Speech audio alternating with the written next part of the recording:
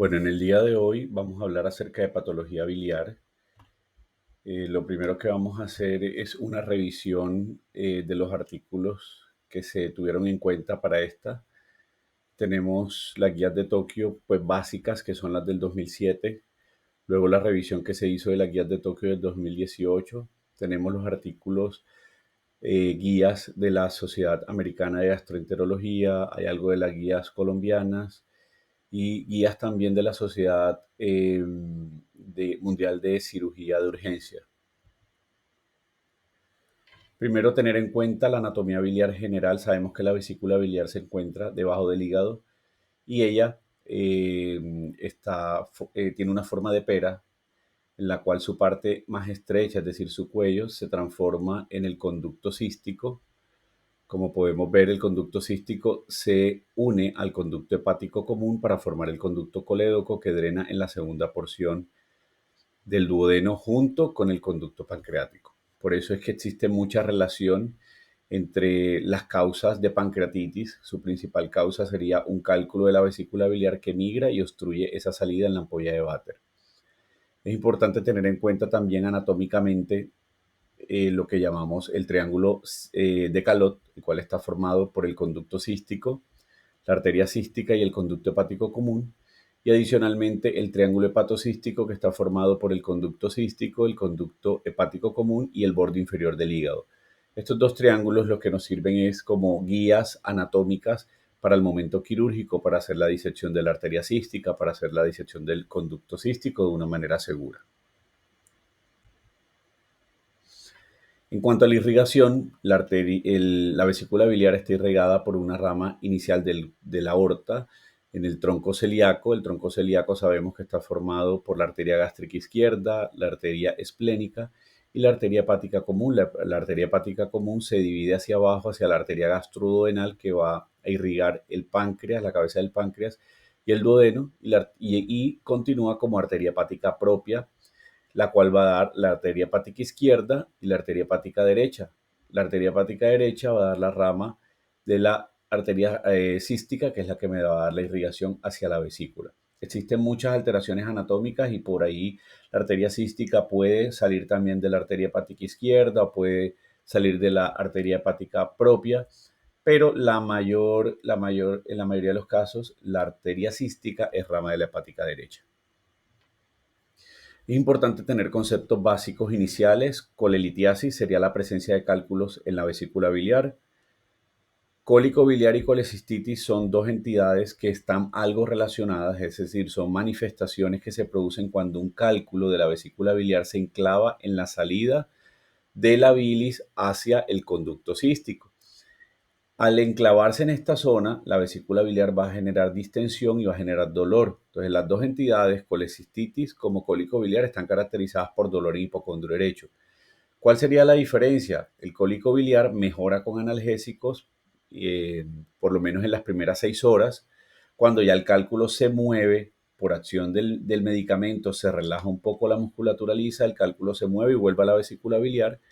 Al continuar el flujo biliar hacia la vía biliar, mejora el dolor abdominal. Es una entidad que no tiene manifestaciones sistémicas como fiebre ni leucocitosis y tampoco tiene signo de Murphy. ¿Por qué? Porque no hay inflamación.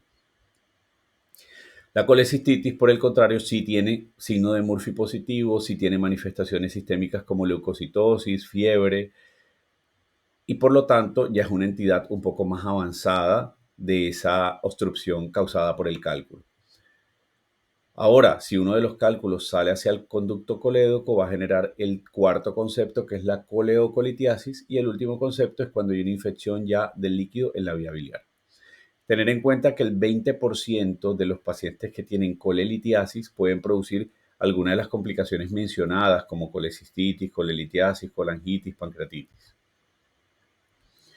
Es importante el concepto en cuanto al tema de metabolismo de la bilirrubina, porque muchos de los pacientes que tienen patología biliar van a ir con ictericia y es necesario saber qué tipo de ictericia es, si es una ictericia a expensas de la directa, es decir, si es una ictericia a expensas de la indirecta, es decir, de la bilirrubina no conjugada o conjugada.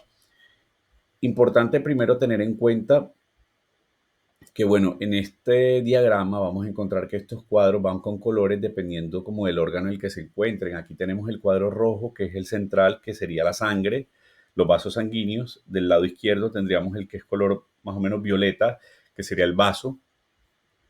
El cuadro verde sería el hígado, el cuadro naranja sería el intestino grueso y delgado, el cuadro amarillo sería el riñón, la vía urinaria, y el cuadro blanco sería el hueso. Entonces, partimos de todo el centro en la parte superior, sabiendo que los glóbulos rojos que contienen la hemoglobina, que nos ayuda a transportar el oxígeno hacia los órganos, estos glóbulos rojos viven aproximadamente 120 días. Cerca hacia estos 120 días, ellos en el vaso a nivel del sistema retículo endotelial son fagocitados por los macrófagos, y entonces la hemoglobina va a se va a dividir en grupo hemo y grupo globina. La globina, como es una proteína, va a producir aminoácidos, y el grupo hemo va a producir monóxido de carbono, biliverdina o hierro ferroso. El hierro ferroso se suma a la transferrina y puede tomar dos vías. Una, transportarse hacia el hígado y producir ferritina, o la segunda es que se transporta hacia el hueso, especialmente hacia la médula ósea roja, para generar mayor procesos de eritropoyesis, es decir, formación de nuevos glóbulos rojos. Ahora, si nos vamos al tema pues, de bilirrubinas, tenemos que tomar a la biliverdina, que se encuentra ahí en la degradación del grupo hemo. Ese grupo hemo fue a causa de la hemoxigenasa que produjo estas tres unidades. Luego la biliverdina, a través de la biliverdin reductasa, va a producir bilirrubina no conjugada en el vaso. Esta bilirrubina es insoluble, por lo tanto necesita un transportador para pasar a la sangre y luego al hígado, y su transportador va a ser la albúmina. Al llegar al hígado se va a generar una conjugación de esta bilirrubina no conjugada. La conjugación está a cargo de la UDP-glucoroniltransferasa, y en la conjugación se usan ácido glucurónico, ácido sulfúrico y otras moléculas. Al salir del hígado, pues esta bilirrubina ya va a estar conjugada, y esta bilirrubina va a pasar al intestino. En el intestino, por acción bacteriana, se va a convertir en urobilinógeno, el cual el 18% va a pasar a la circulación enterohepática, el 2% a la orina para darnos la urobilina y el pigmento de la orina, y el 80% va a pasar a las heces fecales y le va a dar el color en forma de estercobilina. ¿Por qué es importante tener en cuenta esto? Porque cuando nosotros solicitamos un laboratorio de bilirrubina, vamos a encontrar que la bilirrubina total puede estar elevada a expensas de la directa o de la indirecta. Cuando hablamos de bilirrubina indirecta, hablamos de bilirrubina que no está conjugada, es decir, son patologías primordialmente que ocurren a nivel sanguíneo, a nivel del vaso, y dentro de la principal causa son las anemias autoinmunes, en las cuales hay una gran destrucción de glóbulos rojos, y por eso hay un aumento de la bilirrubina no conjugada o indirecta. Luego tendríamos las alteraciones de la bilirrubina conjugada o directa. Entonces vamos a saber que son obstructivas. ¿Por qué? Porque ya la bilirrubina salió conjugada del hígado, pero hay una obstrucción en la vía biliar que no me permite el paso de esa bilirrubina hacia el intestino. Por lo tanto, este paciente va a tener heces acólicas, va a haber reflujo de esa bilis hacia el hígado, hacia la circulación enterohepática, y va a haber aumento del pigmento hacia la orina, y por lo tanto el paciente va a tener coluria. Y por último tenemos la elevación de las bilirrubinas a expensas tanto de directa o indirecta, o de conjugada y no conjugada, que son patologías netamente hepáticas, especialmente inflamatorias como hepatitis, leptospirosis, y también algunas alteraciones genéticas en las cuales puede haber alteración en la UDP, glucoroniltransferasa, y por lo tanto la conjugación no se va a dar de forma adecuada. Entrando en el concepto de colecistitis aguda, sabemos que es la inflamación de la vesícula. Su etiología principal es la presencia de cálculos biliares en un 90 o 95%. Ya en un rango menor, la colecistitis puede ser de una forma alitiásica, que es un 3 a un 14%, y estas colecistitis alitiásicas, como su nombre lo dice, no hay cálculos en la vesícula, por lo general son patologías externas, por ejemplo, infecciones, cirugías previas, traumatismos, pacientes quemados o que tienen nutrición parenteral, pueden hacer inflamación de la vesícula sin cálculos, pero la mayor parte de las colecistitis, 90-95%, son por cálculos en la vesícula.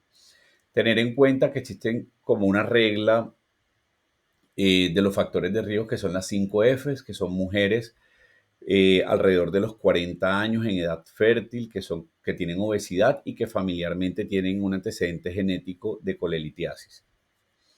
Entonces, teniendo en cuenta esto, la fisiopatología de la colecistitis era lo que hablábamos al principio. Un cálculo se enclava en la salida de la bilis desde la vesícula biliar y por lo tanto la vesícula va a seguir produciendo moco, va a producir un aumento de la presión endoluminal y al aumentar la presión endoluminal se van a ocluir el drenaje linfático y el drenaje venoso en primera instancia. Esto me va a generar una congestión en la pared de la vesícula.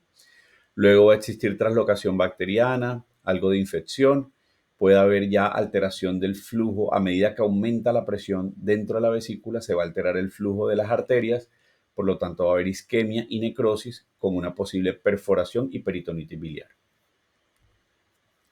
En cuanto a la clínica, lo más frecuente, el síntoma más frecuente de colecistitis es el dolor, se presenta en un 72 a un 93% de los pacientes, es un dolor en hipocondrio derecho. Como lo muestra la imagen, ese dolor va acompañado de un Murphy positivo y puede haber alteraciones sistémicas como fiebre. Algunas colecistitis ya más complicadas pues van a producir ictericia y pueden producir otras clínicas, por ejemplo, cuando ya hay una infección de la vía biliar asociada, triada de Charcot, fiebre, dolor e ictericia, o pentane de Reynolds, que son estos 3 puntos, más hipotensión y alteración del estado de conciencia. Entonces, teniendo un paciente que llega con dolor en hipocondrio derecho, clínicamente, teniendo los síntomas de los cuales hablamos, pues lo básico sería hacer primero los laboratorios médicos en los cuales vamos a solicitar hemograma y un perfil hepatobiliar completo. Adicional a esto, pues vamos a hacer estudios imagenológicos y tendríamos como el estudio de pronto que más se usa para colecistitis, que además es costo efectivo, sería la ecografía abdominal, que tiene una sensibilidad aproximadamente del 50 al 88%, con una especificidad del 80 al 88%, y nos va a arrojar datos como engrosamiento de la pared mayor de 3 milímetros, vesícula agrandada, nos va a mostrar cálculos en la vesícula, como lo muestra en la imagen del lado derecho, el signo de sombra acústica que es característico de la presencia de cálculos en la vesícula biliar, y el Murphy ecográfico, que simplemente es ese mismo Murphy clínico, sino que se hace con el ecógrafo, el cual consiste en hacer presión en el hipocondrio derecho y solicitar que el paciente inspire profundamente. Al descender el diafragma durante la inspiración, la vesícula se acerca a la mano o en este caso al transductor ecográfico y va a generar mucho dolor, haciendo que el paciente vaya a hacer una pausa en esa inspiración profunda. En cuanto a la tomografía, tiene una buena sensibilidad de un 63 a un 95%, una especificidad de un 93 a un 95% y también me va a dar datos de inflamación como los vemos en la diapositiva, distensión de la vesícula, engrosamiento de la grasa perivesicular, de la pared vesicular, puede haber líquido, puede haber acceso perivesicular. Y por último tendríamos la gammagrafía hepatobiliar que tiene una sensibilidad mayor del 80 al 90%. Es el estudio más sensible, pero también no es tan costo efectivo para un paciente que tiene colecistitis y que lo podemos diagnosticar con una simple ecografía abdominal. Hay un estudio que comparó los 3 métodos mostrando que la sensibilidad de la gammagrafía hepatobiliar era superior sobre la eco y sobre el TAC, más o menos 84% sobre el resto de los estudios.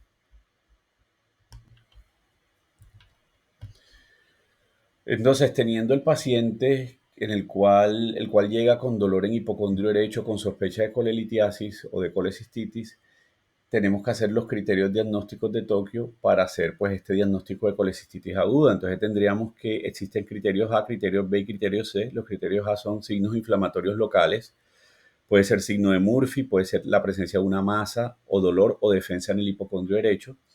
Los B son signos de inflamación sistémica, es decir, el paciente que tiene PCR elevada, fiebre, recuento de glóbulos blancos elevados.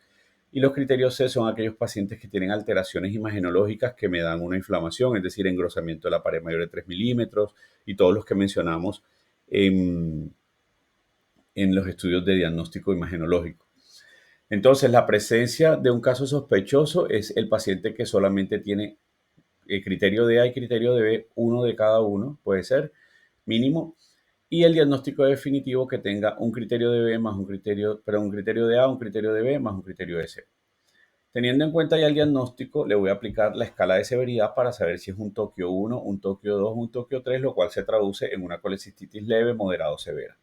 ¿Por qué es necesario hacer estos criterios? Porque con esto es que voy a hacer el manejo del paciente con colecistitis. Entonces, si tengo un grado 1, un Tokio 1 sería el paciente que no cumple con ninguno de los criterios, ni de grado 2 ni de grado 3. Los grado 2, por lo menos que cumpla uno de los siguientes criterios: glóbulos blancos mayores de 18.000, una masa palpable dolorosa en el cuadrante superior derecho, duración de los síntomas mayores de 72 horas, o que tenga una inflamación local marcada, es decir, ecográficamente o imagenológicamente me va a mostrar gangrena, enfisema, absceso pericolecístico, absceso hepático o peritonitis biliar. Y los criterios grado 3 o severos son aquellos que por lo menos tienen una disfunción de los siguientes: cardiovascular, es decir, que tenga hipotensión que necesite vasopresores; neurológicos, es decir, que tenga alteración del estado de conciencia; disfunción respiratoria que tenga una PAFI menor de 300; disfunción renal que tenga oliguria o una creatinina mayor de 2; disfunción hepática que tenga un INR mayor de 1.5 y disfunción hematológica que tenga unas plaquetas menores de 100.000. Entonces, teniendo esta clasificación, ya teniendo el paciente con criterio de A, criterio de B y criterio de C diagnosticado colecistitis, según la severidad hago el tratamiento. Entonces tenemos, si es un Tokio 1, es decir, una colecistitis leve, el tratamiento es manejo antibiótico, cuidados generales. ¿A qué se refiere cuidados generales? Si tiene dolor, colocarle analgésicos; si tiene náuseas y vómitos, colocarle antieméticos, por ejemplo. Y luego de esto, pues decidir hacer una colecistectomía temprana. En el Tokio 2 tenemos antibióticos, cuidados generales, y aquí sí vamos a tener como varias opciones, y eso depende también mucho hasta del mismo cirujano. Hay cirujanos que son un poco más agresivos, otros más conservadores. Tendremos la primera flecha: el paciente de pronto un cirujano más agresivo, un paciente con un Tokio 2 se le hace colecistectomía temprana, o un paciente que ingresó con un Tokio 2 se le inicia tratamiento antibiótico, a las 72 horas hay mejoría, se le hace cirugía de emergencia. O tendríamos un paciente también Tokio 2 que se le hace tratamiento antibiótico, mejora su clínica, se le da de alta y dentro de 4 a 6 semanas se le hace la colecistectomía, que sería una colecistectomía laparoscópica electiva. Y por último tendríamos ese paciente que, a pesar del tratamiento antibiótico, no mejora después de 72 horas. Entonces a este paciente le vamos a hacer un drenaje de la vesícula biliar, que ahora lo vamos a ver. El paciente grado 3, es decir, el paciente que tiene alteración orgánica, le vamos a hacer antibiótico, soporte general y manejo pues de toda esa disfunción que tiene, y le vamos a hacer un drenaje biliar. En esos pacientes que se hace el drenaje biliar, pues sería su manejo inicial, y posteriormente se cuadraría, según evolucione el paciente, una colecistectomía electiva. Este es un drenaje biliar, se realiza localizando ecográficamente o por medio de una tomografía a la vesícula biliar, y se le coloca un drenaje que va a ir externo. Acá vemos cómo tiene un reservorio por fuera del abdomen del paciente, porque la idea es que esa bilis, que ese moco que se está acumulando cada vez más en la vesícula, salga para que no aumente tanto la presión y vaya a generar una perforación. El tratamiento de la pues definitivo, como dijimos en todos los tipos, es la colecistectomía, que puede ser laparoscópica, que puede ser abierta. Depende de las posibilidades que tenga el cirujano. Obviamente la cirugía laparoscópica es lo que se usa en la actualidad, menos invasión, la recuperación del paciente es mucho más rápido. Luego de haber hecho pues mi diagnóstico de colecistitis, mi clasificación de severidad y pues el manejo inicial de antibiótico, también es necesario hacer lo que se llaman predictores de coleocolitiasis. Es decir, en todos estos pacientes yo debo descartar si el paciente tiene coleocolitiasis, o en el paciente que llega directamente con dolor y que tiene ictericia, debo hacer predictores de coleocolitiasis. Estos predictores son de las guías americanas de la Asociación Americana de Gastroenterología. Tenemos que existen unos predictores y eso me va a dar un riesgo alto de coleocolitiasis, un riesgo intermedio o un riesgo bajo. Y dependiendo de ese riesgo, yo voy a hacer el manejo. Entonces, si yo tengo predictores muy fuertes, serían estos predictores y que están en la parte superior, es decir, que tengan un cálculo en la vía biliar común, o sea, en el colédoco, en el hepático, o que tengan una clínica de colangitis, es decir, que tenga triada de Charcot o pentada de Reynolds, que tenga bilirrubina total mayor de 4 o que tenga una dilatación de la vía biliar mayor de 6, pero acompañada de la bilirrubina mayor de 4. Es decir, la dilatación de la vía biliar por sí sola mayor de 6, sola sería un riesgo intermedio, pero si va acompañada de bilirrubina mayor de 4 sería un riesgo alto. Dentro de los riesgos intermedios, entonces tendríamos los pacientes que tienen pruebas de la función hepática alteradas, una dilatación de la vía biliar mayor de 6 milímetros y una edad mayor de 55 años, y el riesgo bajo serían los que no tienen ninguna de las anteriores. Entonces, al clasificar yo mi paciente, tener en cuenta que si tiene un riesgo alto le voy a hacer CEPRE, si tiene un riesgo intermedio, idealmente se hace con angioresonancia.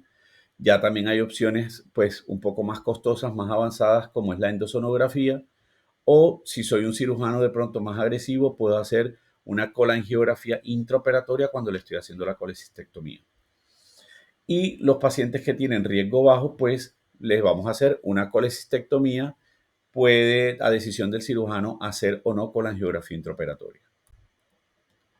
Acá tenemos pues la CEPRE, que es como el manejo del paciente que tiene alto riesgo de coleocolitiasis. En las guías muestra que los pacientes que tienen estos predictores de altos riesgos tienen un riesgo mayor del 50% de tener coleocolitiasis, por eso el manejo es la CEPRE. La CEPRE es un método no solamente diagnóstico, sino también terapéutico, porque me permite extraer el cálculo.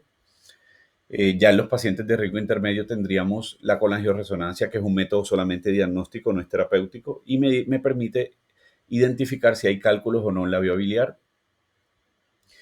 Y por último, también tendríamos la colangiografía intraoperatoria, como lo muestra esta imagen. Es un paciente que ya se le extrajo la vesícula biliar y a través del conducto cístico inyectamos un medio de contraste para dibujar esa vía biliar, y si hay defectos de llenado, pues identificar la presencia de cálculos en la vía biliar. Tenemos también, pues, tenemos que también evaluar ese paciente en cuanto al tema de colangitis, es decir, si ya es un paciente que me llega con dolor, fiebre e ictericia, entonces yo le voy a hacer criterios de colangitis.